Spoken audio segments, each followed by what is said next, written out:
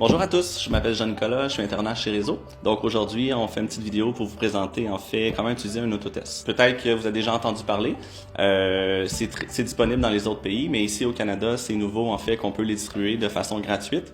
Donc sans plus tarder, je vais vous montrer comment l'utiliser. Donc vous allez retrouver ici le récipient, c'est où ce que vous allez déposer en fait les liquides.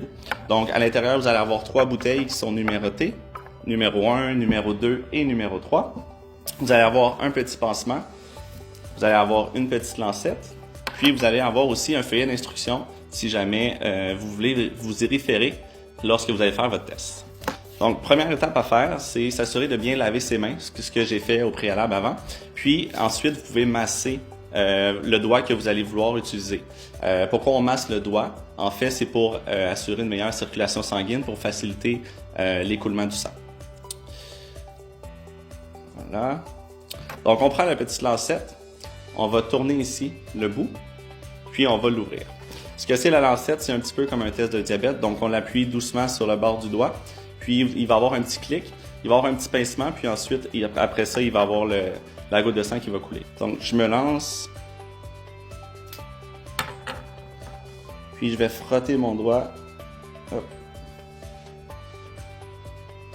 Et voilà. Donc, une fois c'est complété, on peut tout mettre ça de côté, on n'en aura plus besoin. On va refermer délicatement la bouteille. Puis on va s'assurer de bien la secouer quelques secondes. Une fois que c'est fait, on va aller déposer ici à l'intérieur du récipient.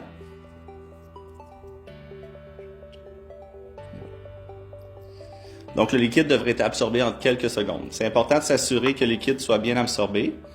Une fois que c'est fait, on prend la bouteille numéro 2, on va la secouer un petit peu. Quelques secondes encore, puis on va faire la même chose, on va le déposer dans le récipient.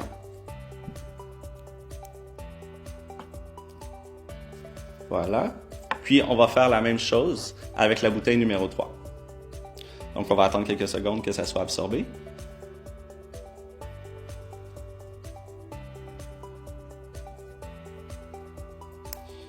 Voilà, on va aller déposer la dernière bouteille.